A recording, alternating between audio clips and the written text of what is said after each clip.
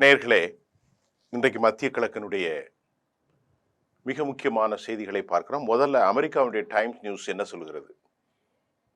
அந்த டைம் நியூஸ்ல அமெரிக்கா போரால் பெரிய அளவில் தோல்வியை சந்தித்ததை சுட்டிக்காட்டி இருக்கக்கூடிய டைம்ஸ் நாளிதழ் தனது செய்தியிலே அமெரிக்கா போரில் சிக்கப்பட்டு கொண்டு விட்டது என்பதை மட்டுமல்ல, அவர்கள் ஏற்கனவே இப்படியெல்லாம் நடக்கும் என்பதை எளிதாக கற்பனை செய்து வைத்திருந்தார்கள் என்பதையும் டைம்ஸ் தெளிவாக சுட்டிக்காட்டியிருக்கிறது.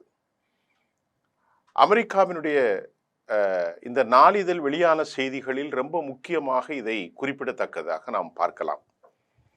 அமெரிக்கா வெளிவிவகாரத்துறையினுடைய பீட் ஹெர்ட்ஸ் ஷாக் ஆயிருக்கிறார் என்பதையும் டைம்ஸ் சுட்டிக்காட்டுகிறது. பீட் ஹெர்ட்ஸ் தனது இந்த போரை ஆரம்பித்தவர் இவர்தான். டிஃபென்ஸ் செக்ரட்டரியான பீட் ஹெர்ட்ஸ் அவர்தான் சொன்னார், நீ சொல்லிதான் நான் இந்த போரை ஆரம்பித்தேன் என சிறுபிள்ளைத்தனமாக அமெரிக்க அதிபர் குற்றம் சாட்டியது உங்களுக்கெல்லாம் நினைவிருக்கலாம். அவரை பார்த்து தான் டைம்ஸ் சொல்லுது, அவர் ரொம்ப ஷாக் ஆயிருக்கிறார். ஏதோ ஒரு மாதத்திற்குள் இருக்கக்கூடிய சில மிசைல்களை எல்லாம் அவர்கள் தூக்கி வீசிவிட்டு அப்படியே நம்முடைய கோரிக்கைகளை ஏற்றுக்கொள்வார்கள், இது நமக்கு நீண்டகால பலனை தரும் என்று அமெரிக்கா தவறான கணக்கை போட்டார்கள். கடந்த ஜூலை மாதம் நடந்த தாக்குதலில் 25 பெரிய அளவிலான தாக்குதல்களை அவர்கள் செய்யவில்லை. அதனை தப்பு கணக்கு போட்டுத்தான் பீட் ஹெர்ட்ஸ் இந்த சிக்கலில் மாட்டிக்கொண்டார் என டைம்ஸ் சொல்லுகிறது. இது அமெரிக்கா ஒட்டுமொத்தமாக உலகத்திற்கு அவர்களுடைய தோல்வியை பறைசாட்டுகிறது. அப்ப அமெரிக்கா நிரந்தரமாக சகதிக்குள் சிக்கி கொண்டதை, வெனிசுலாவை போன்று அவர்கள் சிக்கி கொண்டதையும் டைம்ஸ் சுட்டிக்காட்ட தப்படவில்லை. அடுத்து தற்போது வெளியாகி இருக்கக்கூடிய ஈரானுடைய அறிக்கை நேற்று வெளியானது. அவங்க அமெரிக்க அதிபருக்கு பின்னால் 19 நிமிஷம் பேசி முடிந்த பின்னால் ஈரான் தெரிவித்திருக்கிற கருத்து, நாம் அதை அப்படியே உங்களுக்கு தமிழில் தருகிறோம். ஈரானுடைய கருத்து என்னவென்றால், அமெரிக்கா நிரந்தர அவமானத்தை சந்திக்கும் வரை தற்போதைய போர் நீடிக்கும் என்று ஈரான் மிக கடுமையாக எச்சரித்துள்ளது. ஈரானுடைய அரசு ஊடகமான பிரஸ் டெலிவிஷன் அவற்றில் ஹாத்தம் அல் அன்பியா மத்திய தலைமையகத்தின் செய்தி தொடர்பாளர் வெளியிட்ட அறிக்கையில் அவர் இவ்வாறு சுட்டிக்காட்டிருக்கிறார். எங்கள் இராணுவம், ஆற்றல் மற்றும் எங்கள் ஆயுதங்கள் குறித்த அமெரிக்காவின் உளவு தகவல்கள், அந்த உளவு மிச்சம் அது பற்றாக்குறையானது, அது உண்மைக்கு மாறானது. எங்களின் உண்மையான ஆற்றலை பற்றி உங்களுக்கு எதுவும் தெரியாது. எங்களின் முக்கியமான ஏவுகணை உற்பத்தி தளங்கள், நீண்ட தூர தாக்குதல் ட்ரோன்கள், நவீன வான் பாதுகாப்பு அமைப்புகள், மின்னணு போர் மற்றும் சிறப்பு ஆயுதங்களை நீங்கள் அழித்து விட்டதாக எண்ண வேண்டாம். அத்தகைய அனுமானங்களில் நீங்கள் சிக்கியுள்ள ஒட்டுமொத்த சக்தியை மேலும் சகதியை உங்களுக்கு ஆழமாக்கிவிடும். நீங்கள் சிக்கி போய் கூடுவீர்கள். நீங்கள் எங்களை தாக்கியதாக நினைக்கும் எங்கள் தளங்கள் முக்கியமற்றவை. நீங்கள் தாக்கிய தளங்கள் அனைத்தும் போலியானவை.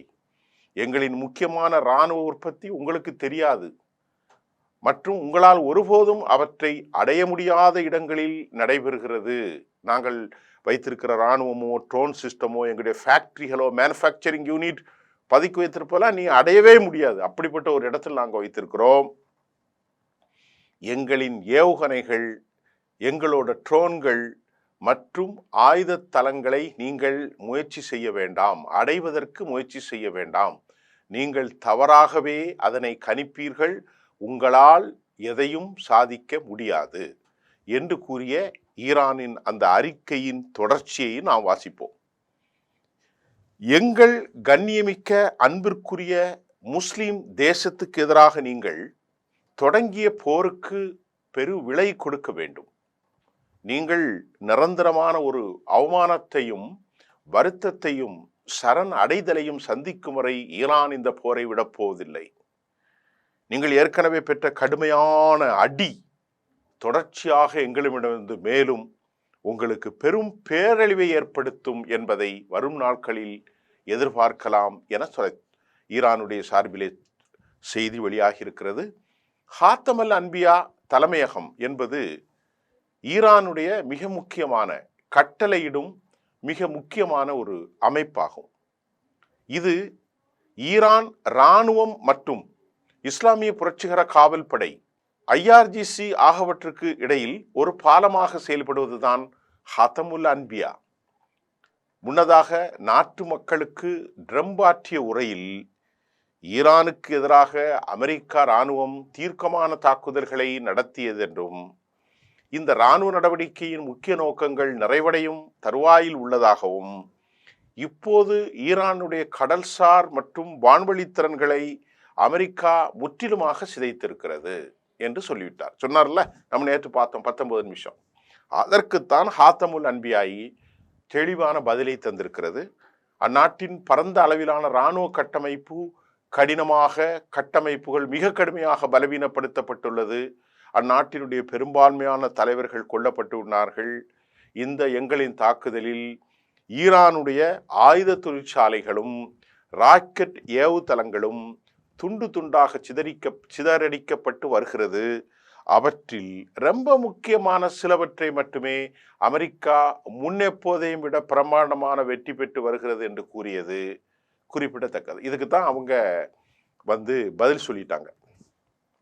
அமெரிக்க அதிபருக்கு என்ன பதில் சொல்றாங்க? நீ சொன்னது அவ்வளவு பொய், முக்கியத்துவம் இல்லாத மட்டும்தான் அடித்திருக்கிறாய். எங்களுடைய ஃபேக்டரி நாங்கள் பதித்து வைத்திருப்பது எங்களுடைய ஆயுத தளவாடங்கள், ஆர்சனல், எங்களுடைய electronics warfare system, air defence system, ballistic திறன்களை எல்லாம் நீ அடையவே முடியாது. அது அப்பேற்பட்ட ஒரு இடம், உன்னால ஒண்ணுமே பண்ண முடியாது அப்படின்னு சொல்லியிருக்கிறாங்கன்னா இவங்க எந்த அளவிற்கு பலவீனமானவர்கள் என்பதையும் தொடர்ந்து அமெரிக்க அதிபர் பெரிய பொய்களை சொல்லிக்கிட்டு இருக்கிறத பார்க்கலாம்.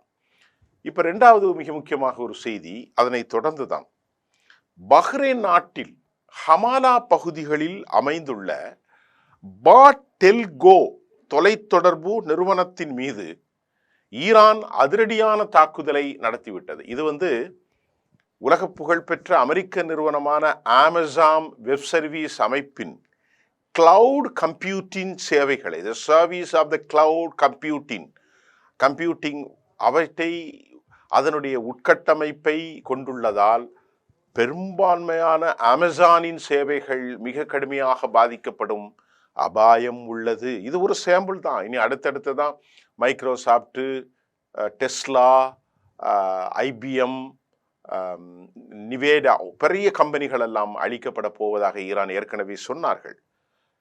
இந்த தாக்குதல் அமேசானில் நடந்த பிறகு ஈரானின் இந்த தாக்குதலால் பஹ்ரைன் சில பகுதிகளில் கடுமையான தீ விபத்து ஏற்பட்டதோடு போர் பதட்டம் மேலும் அதிகரித்துள்ளது.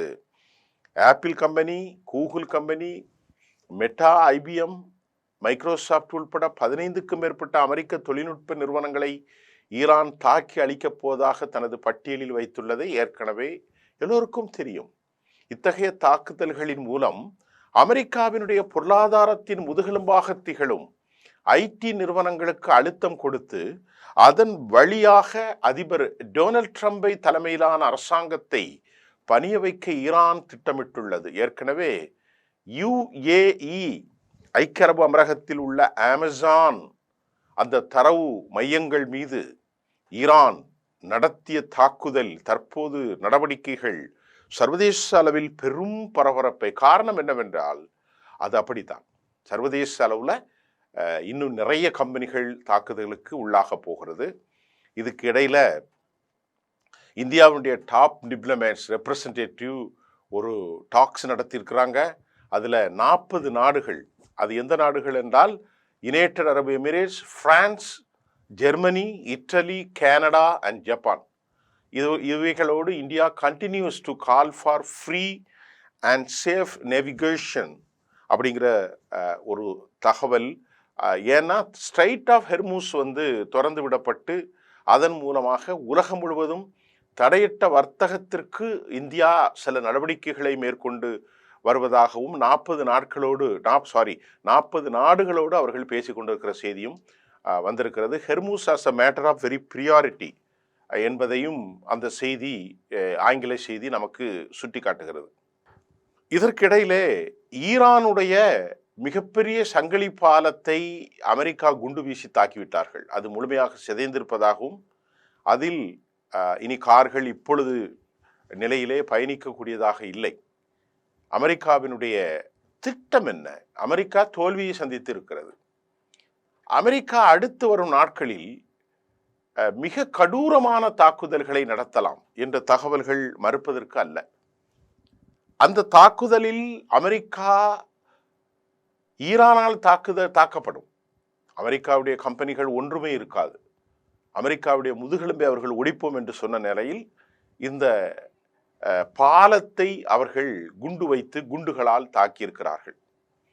அவர்களுடைய நீண்டகால திட்டம் இதுவாகத்தான் இருக்கும் என்று நம்பப்படுகிறது. ஈரானில் எஞ்சியவையும் ஒரு 2 வாரத்தில் அழித்து ஒன்றுமில்லாமல் கற்காலத்துக்கு சென்று விடுவோம் என்று சொன்னார் அல்லவா?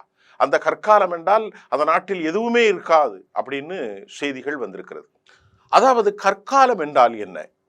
நீங்கள் சொல்ல போனால் கார்பெட் பாம் வீசப்படும் அபாயம் இருப்பதாகவும் சொல்லப்படுகிறது. அமெரிக்கா ஒருவேளை தோல்வியை ஏற்றுக்கொள்ள இயலாது சூழ்நிலை ஏற்பட்டதென்றால் இந்த கார்பெட் குண்டு வீச்சுகளை அவர்கள் அதிக அளவிலே ஈரான் மீது நடத்துவதற்கு வாய்ப்பு இருக்கும். ஏராளமான மக்கள் கொல்லப்படும் அபாயம் இருக்கிறது என்ற பயங்கர செய்திகளும் நமக்கு கிடைத்திருக்கிறது.